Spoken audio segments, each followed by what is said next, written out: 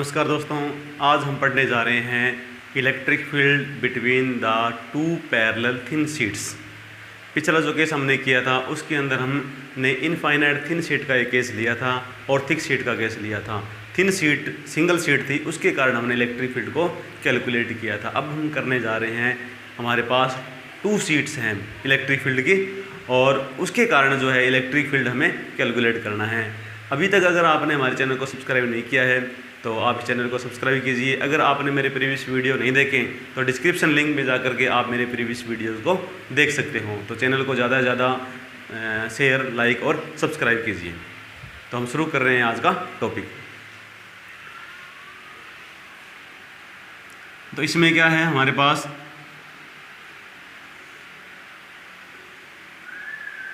दो infinite sheet हैं।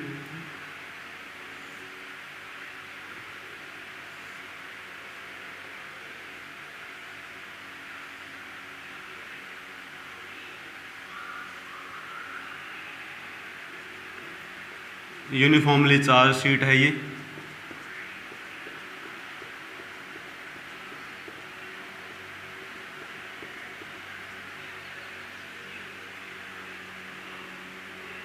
तो ये शीट नंबर ए है, ये शीट नंबर बी है। हमारे पास दो शीट है यूनिफॉर्मली चार्ज और इसकी जो सरफेस चार्ज डेंसिटी है वो सिग्मा 1 है, इसकी सिग्मा 2 है। Let sigma 1 surface charge density of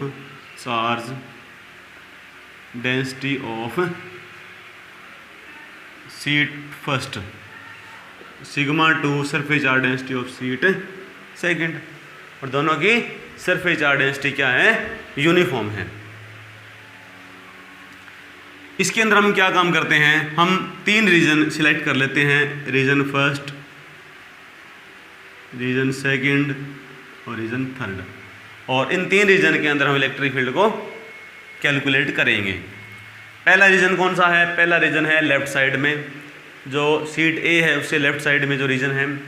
दूसरा रीजन है ए और बी के बीच का, और तीसरा जो रीजन है वो बी शीट के राइट साइड का रीजन है। तो सबसे पहले इन रीजन फर्स्ट रीजन के अंदर हम इलेक्ट्रिक फील्ड निकालेंगे। तो जो ए सीट है उसका जो इलेक्ट्रिक फील्ड आएगा वो आएगा यहाँ पर E1, और दूसरी सीट का जो आएगा वो आएगा E2, और यहाँ जो इसका इलेक्ट्रिक फील्ड आएगा वो आएगा E1 पहली सीट का, दूसरी सीट का E2, यहाँ पहली सीट का E1, दूसरी सीट का E2। क्योंकि हमने जो सिंगल शीट का जो केस किया था पिछले लेक्चर के अंदर, उसके अंदर हमने आपको ये बताया था कि अगर हमारे पास एक सिंगल शीट है उसका जो इलेक्ट्रिक फील्ड होता है वो क्या होता है, इस तरीके से दोनों साइड के अंदर होता है, इस साइड और इस साइड, दोनों साइड उसमें इलेक्ट्रिक फील्ड होता है। उसके कारण हमने क्या है, उसका इलेक्ट्रिक फील्ड हमने कैलकुलेट किया था, और उसकी जो वैल्यू आई थी इलेक्ट्रिक फील्ड की वो आई थी सिग्मा बाय 2 अपसाइलेंट 0 के बराबर। ये हमने पिछले लेक्चर के अंदर कैलकुलेट किया था। तो इसके अंदर जो फर्स्ट रीजन हम लेते हैं, तो इस रीजन के अंदर इलेक्ट्रिक फील्ड की जो वैल्यू आएगी फर्स्ट रीजन में वो सिग्मा 1 है, जो पहले है उसके कारण सिग्मा 1 बाई 2 अपसाइलेंट 0, और दूसरा है सिग्मा 2 बाई 2 अपसाइलेंट 0। तो ये 2 अपसाइलेंट 0 कॉमन आ गया, सिग्मा 1 प्लस सिग्मा 2 यहाँ पर आ जाएगा। और इन रीजन सेकंड, जो हम सेकंड रीजन लेते हैं, और सेकंड रीजन के अंदर जो इलेक्ट्रिक फील्ड होगा E2 हम लेंगे, वो किसके बराबर होगा, यहाँ दोनों को हमने जोड़ कर दिया, E1 प्लस E2 आगे दोनों को, यहाँ आएगा नेगेटिव आएगा, ये लेफ्ट साइड है ना, दोनों को नेगेटिव करो आप यहाँ, तो ये भी नेगेटिव और ये भी नेगेटिव, यहाँ माइनस का साइन आ जाएगा। अब यहाँ ले रहे हो आप E1, तो राइट साइड में है पॉजिटिव, E2 ये नेगेटिव है, दूसरी साइड में हो गया, तो sigma 1 by 2 अपसाइलेंट 0 minus sigma 2 by 2 अपसाइलेंट 0, तो 1 बाई 2 अपसाइलेंट 0 सिग्मा 1 माइनस सिग्मा 2 के बराबर ये वैल्यू आ जाएगी। इन रीजन थर्ड रीजन के अंदर अगर हम कैलकुलेट करेंगे इलेक्ट्रिक फील्ड को पहले हमने फर्स्ट रीजन में कैलकुलेट किया था, तो दोनों ही लेफ्ट साइड में हैं, तो लेफ्ट साइड के अंदर हम नेगेटिव डायरेक्शन ले लेते हैं। तो यहाँ पर इसकी जो नेगेटिव डायरेक्शन हमने ली है उसके कारण जो हमारे पास इलेक्ट्रिक फील्ड की वैल्यू ये आई है।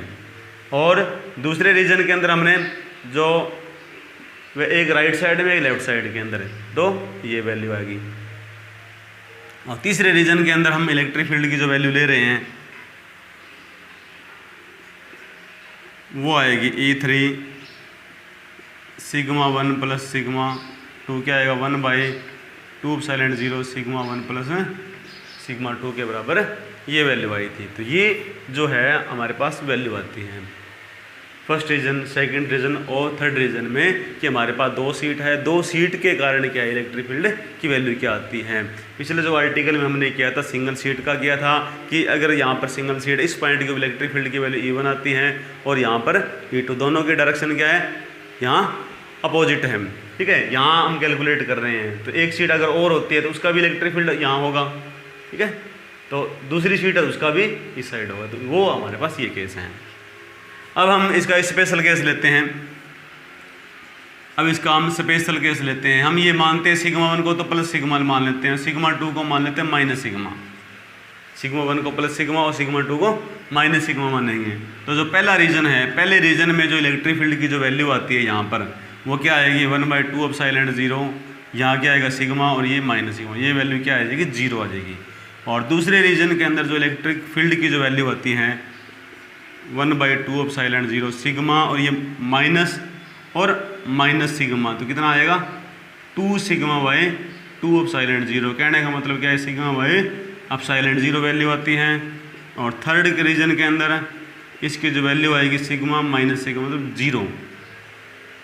अगर हमारे पास 2 सीट है और दोनों की जो डेंसिटी है वो क्या है अपोजिट है, एक सीट है ये पॉजिटिव है और दूसरी सीट क्या है नेगेटिव, इस तरीके से, तो यहाँ भी इलेक्ट्रिक फील्ड की वैल्यू 0, यहाँ भी इलेक्ट्रिक फील्ड की वैल्यू 0, यहाँ जो बीच का जो रीजन है वहाँ इलेक्ट्रिक फील्ड की वैल्यू कितनी होगी सिग्मा/एप्सिलॉन 0 के बराबर इसकी वैल्यू आती है। तो इसी कॉन्सेप्ट का हम यूज़ आगे कैपेसिटर में करेंगे। तो यहाँ तक किसी बच्चे को कोई डाउट हो तो वो पूछ सकता है। अगर अभी तक आपने हमारे चैनल को सब्सक्राइब नहीं किया है तो सब्सक्राइब कीजिए। और बाकी की जो एप्लीकेशन है गोस थोरब की जो काफ़ी एप्लीकेशन हमने करवा दी है वो अगर आपने नहीं देखी है तो आप डिस्क्रिप्शन लिंक में जा करके उन वीडियोस को देख सकते हो, या आई का बटन दबा करके भी उन वीडियो को आप देख सकते हो। तो धन्यवाद, जय हिंद, जय भारत।